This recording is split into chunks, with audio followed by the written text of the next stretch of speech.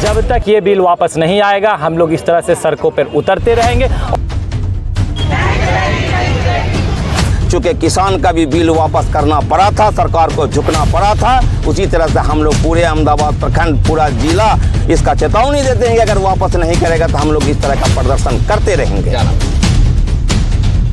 मुझे लगता है कि इस काला कानून के जरिए मुसलमानों की संपत्ति और प्रॉपर्टी को छीनकर सरकार अडानी और अंबानी को तकसीम करना चाहती है, बेचना चाहती है।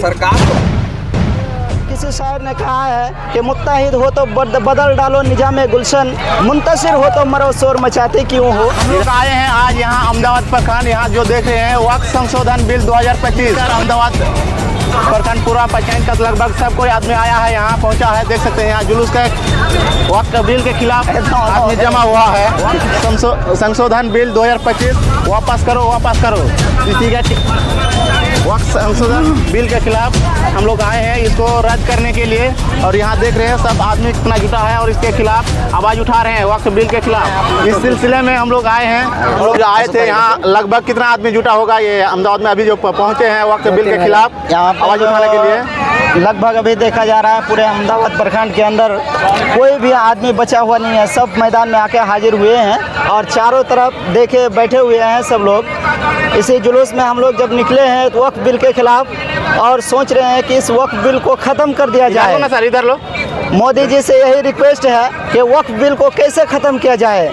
जी हाँ, देख सकते हैं सभी लोग यहाँ पे मौजूद है और हम भी मौजूद हैं माशाल्लाह। एक किसी शायर ने कहा है कि मुत्तहिद हो तो बदल डालो निजाम गुलशन, मुंतशिर हो तो मरो शोर मचाते क्यों हो। ये जो है अगर हम लोग एकजुट होते हैं, अगर हम लोग एकजुट के साथ रहते हैं तो ठीक है।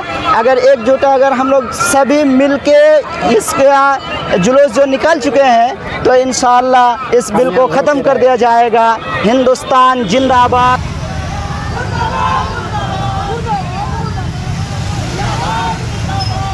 देखें, भारत की मुसलमान विरोधी मोदी सरकार हमेशा मुसलमानों को परेशान करने की कोशिश करती रहती है। कभी तो NRC लाकर, तो कभी CAA लाकर और कभी 3 तलाक लाकर। आज उन्होंने काला कानून के तौर पर वक्फ बिल, वक्फ तरमीमी बिल लाकर मुसलमानों को परेशान करने की कोशिश की है। जैसे देखिए, वक्फ जो होती है ये वक्फ मुसलमानों के पूर्वजों के द्वारा दान किया हुआ प्रॉपर्टी है और संपत्ति है। और हमारा एक थॉट से हमारी सोच है कि हम इस संपत्ति में किसी के दखल अंदाजी बर्दाश्त नहीं करेंगे। ये एक काला कानून है और हमें लगता है कि इस काला कानून के ज़रिए मुसलमानों की संपत्ति और प्रॉपर्टी को छीनकर सरकार अडानी और अंबानी को तकसीम करना चाहती है, बेचना चाहती है। सरकार तो कह रही है कि जिस तरीके से ये बिल लाया गया है वो गरीब तबके के मुसलमानों को इससे फ़ायदा पहुंचेगा। हमें नहीं लगता है कि गरीब तबके के तौर पर उसको फ़ायदा पहुंचेगा, क्योंकि हमने देखा है कि यहाँ पर और भी बहुत सारे मामलात हैं लेकिन उसमें दखल अंदाजी उनकी नहीं है। लेकिन सिर्फ हमारे मुसलमानों की प्रॉपर्टी में क्यों इस तरह दखल अंदाजी कर रहे हैं। देखिए, हमारे और कार्यकर्ता अपने अपने प्रखंड में कर रहे हैं और अहमदाबाद में भी कई वर्गों के लोग हैं। ठीक है, नहीं आए हैं लेकिन सबका सपोर्ट है, सब लोग हमारे साथ है। और हम लोगों ने बैरिया पंचायत से इसका आगाज़ किया। मुफ्ती रेहान साहब हम लोग सब मिलजुल करके बैरिया से जुलूस को निकाला और बेलगच्छी होते हुए, पहाड़पुर ढाला होते हुए, चन्नी गोपालपुर होते हुए शांतिपूर्ण तरीके से हम लोग जुलूस लेकर अहमदाबाद इंदिरावती उच्च विद्यालय आए और सभा का कार्यक्रम हुआ। हम लोगों ने मांग किया कि इस बिल को वापस लिया जाए। ख़ास करके मैं बिहार सरकार से आग्रह करता हूं कि आप बताते हैं कि मैं मुसलमान के हितैषी हूं, तो इस बिल को अभी भी वक्त है कि वो विधानसभा में प्रस्ताव लाकर इसको वापस करने का प्रस्ताव पास करें, वरना हम लोग इस तरह का धरना प्रदर्शन करते रहेंगे। पड़ोसी प्रदेश हमारा पश्चिम बंगाल है, वहाँ के मुख्यमंत्री साहब ने कहा है कि इस बिल को हमने बंगाल में वो चलने नहीं देंगे। तो नीतीश जी से भी मेरा आग्रह है कि इसको वो उसी तरह का बयान देकर हम लोगों को मुसलमान का धर्म को रक्षा करने का काम कर रहे, वरना ही अगर करेंगे तो चेतावनी हम मुसलमान भारत के देते हैं कि इस तरह का प्रदर्शन करके हम लोग वापस करा के ही रहेंगे। चूँकि किसान का भी बिल वापस करना पड़ा था, सरकार को झुकना पड़ा था, उसी तरह से हम लोग पूरे अहमदाबाद प्रखंड, पूरा जिला इसका चेतावनी देते हैं कि अगर वापस नहीं करेगा तो हम लोग इस तरह का प्रदर्शन करते रहेंगे। क्या नुकसान होने वाला है? बिल्कुल ये नुकसान है, ये इसलिए नुकसान है कि हमारी ज़मीनें का अधिकार उनके ऊपर कुछ भी नहीं होगा। वो आएंगे और उसको इलीगेशन करके बंद कर सकते हैं। वो सरकार तो कह रही है कि भ्रष्टाचार मुक्त करेंगे। भ्रष्टाचार वो मुफ्त क्या करेंगे? इस बिल के लाते ही समय अमेरिका ने अपने भारत में कितना % टैक्स डाल दिया। भ्रष्टाचार की बात करने वाली, महंगाई पे बात नहीं करते। अब जमीन करने वाले आप लोग? अब जब तक ये बिल वापस नहीं आएगा हम लोग इस तरह से सड़कों पर उतरते रहेंगे। और एक बात मैं बता देना चाहता हूँ, इस बिल के खिलाफ सिर्फ मुसलमान भाई नहीं है, इस बिल के खिलाफ तेजस्वी भाई जैसे लोग भी हैं, इस बिल के खिलाफ राहुल गांधी जैसे भी लोग हैं, यानी सिख जैसे लोग भी हैं।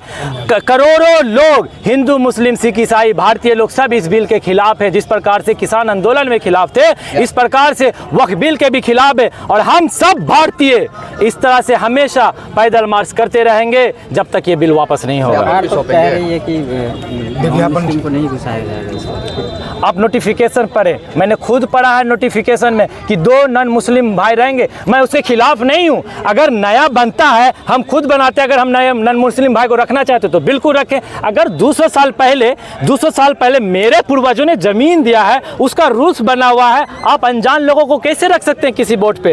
ये गलत है, वो बिल्कुल गलत है। मैं आज राम मंदिर ही बना, आप कहाँ मुसलमानों को रखें? आप तो बोलते मुसलमान का नो एंट्री है और आप इतने शुभचिंतक हो गए। आज आप बताएं, मैं इससे विरोध, बिल्कुल ये विरोध तरीका ही है और ये गलत तरीका है। सरकार अपनी कमियों को छुपाने के लिए हमेशा देशवासियों पे कोई ना कोई रूल्स ला के रख देता है, चाहे वो नोटबंदी का काम हो, चाहे वो चाहे एनआरसी का काम हो। जब उसके साथ नौजवान जब नौकरी मांगता है, जब टैक्स आता है, कोई ना कोई वो बिल थोप देती है और जनता को यानी पूरे भारतीय को गुमराह करने का काम ये सरकार करती है। आपके कहने के मुताबिक नॉन मुस्लिम अगर घुसाया जाता तो क्या घाटा? बिल्कुल घाटा नहीं है, लेकिन आज अगर जिस एनजीओ का रजिस्ट्रेशन होता है, आप खुद शशि है मेरे भाई, अगर आपको घुसाया जाता है, हम दोनों मिलकर किसी एनजीओ को चलाते हैं तो क्या बुरी बात है। लेकिन आप बताएं, अगर कोई 500 वर्ष से चलता हुआ रहा, हिंदू मुस्लिम सबको साथ लेकर चल रहा, उसमें आलोचना करने की क्या ज़रूरत है? बिन वजह जिसका कम्युनिकेशन नहीं मिल रहा है, माइंड मैच नहीं कर रहा, उसमें किसी दूसरे को घुसाने की क्या ज़रूरत है?